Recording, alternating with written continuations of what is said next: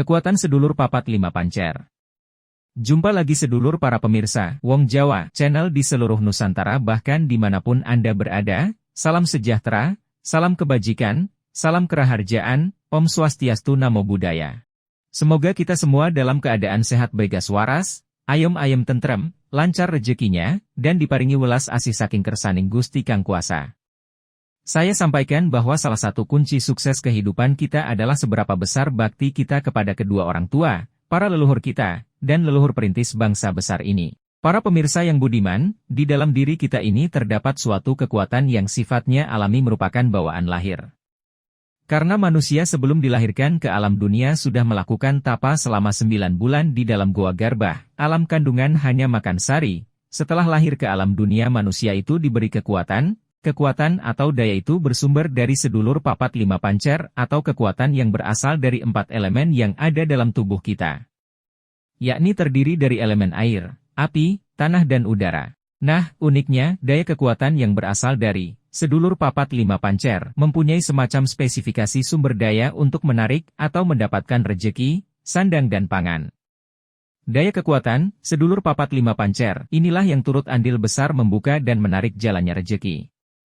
Karena pada dasarnya manusia dilahirkan ke alam dunia ini semuanya ditakdirkan kaya. Langsung saja kita pada pokok pembahasan tentang bagaimana pemberdayaan kekuatan seduiur papat 5 pancer. Untuk itu, penting kiranya kita membahas teknik kekuatan sedulur papat 5 pancer. Sebagai sarana untuk mendayagunakan kekuatan sedulur papat 5 pancer. Dalam tradisi Jawa ada banyak cara atau teknik untuk mendayagunakan atau mengefektifkan kekuatan sedulur papat 5 pancer ini. Sedulur papat 5 pancer ini juga bisa dimaknai sebagai 4 penjuru mata angin sedulur papat kiblat, yakni timur atau wetan, selatan atau kidul, barat atau kulon, utara atau lor. Di mana keempat penjuru arah mata angin ini ditempati oleh sedulur papat 5 pancer dengan posisinya masing-masing. Posisi pertama adalah kakang kawah atau air ketuban yang memberi jalan atau mempermudah proses keluarnya si jabang bayi, tempatnya di timur. Kenapa kakang kawah ini posisinya ditempatkan di timur? Karena timur adalah purwa atau permulaan yakni permulaan hidup atau kehidupan Purwaning Dumadi. Sebagai simbol kakang kawah, warna yang melambangkannya adalah kuning, melambangkan matahari. Yang disebut kakang kawah ini tidak lain merupakan esensi dari air ketuban. Air ketuban keluar lebih dulu sebelum janin. Maka air ketuban lebih tua dari janin sehingga dipanggilnya kakang atau kakak. Posisi kedua. Darah yang bertempat di selatan. Selatan atau kidul adalah Sangkaning Dumadi. Sangkaning Dumadi artinya asal-muasal hidup kita. Selatan dimaknai sebagai papanera atau tempatnya darah. Oleh karena itu kidul dilambangkan dengan warna merah. Posisi ketiga. Pusar yang bertempat di barat. Barat atau kulon adalah Paraning Dumadi. Paraning Dumadi artinya tempat tujuan hidup. Tempatnya kakang sulung atau kakak sulung. Dalam raga kita letaknya ada di pusar. Untuk arah barat ini dilambangkan warna hijau. Posisi keempat. Adi ari-ari atau plasenta yang bertempat di utara atau lor. Utara melambangkan tataraning dumadi. Atau level kehidupan kita. Utara adalah tempatnya, adi ari-ari, yang dilambangkan dengan warna hitam. Adi ari-ari atau plasenta. Plasenta ini dipanggil sebagai adi atau adik. Karena plasenta keluar setelah janin sehingga lebih muda dari janin. Dari pemahaman seperti itulah kemudian plasenta atau ari-ari dipanggilnya adi atau adik. Kemudian posisi terakhir atau kelima. Pancer si jabang bayi tersebut yang berada di posisi tengah, pancer adalah diri pribadi kita. Supaya teknik ini efektif atau memberikan manfaat maksimal, ada hal yang perlu diperhatikan. Hal ini menyangkut kesadaran dalam memahami kehidupan ini. Kesadaran ini menyangkut pola pikir Anda dalam memahami suatu fakta atau kasunyatan dalam kehidupan ini. Jika Anda memiliki mindset atau pola pikir yang salah kaprah dalam memahami kehidupan ini, maka hasilnya akan sangat kurang atau bisa dikatakan gagal. Untuk itu perlu diperhatikan pemahamannya. Konsep sedulur papat 5 pancer tidak hanya mencakup diri pribadi manusia sebagai dimensi jagat kecil, tetapi juga meliputi kehidupan di semesta sebagai bagian dari jagat besar yang meliputi seluruh makhluk hidup yang bersifat fisik maupun halus yang berada di 4 penjuru. Pengakuan sebagai sedulur merupakan kalimat sederhana tetapi mempunyai efek yang luar biasa. Demikian pula sebaliknya.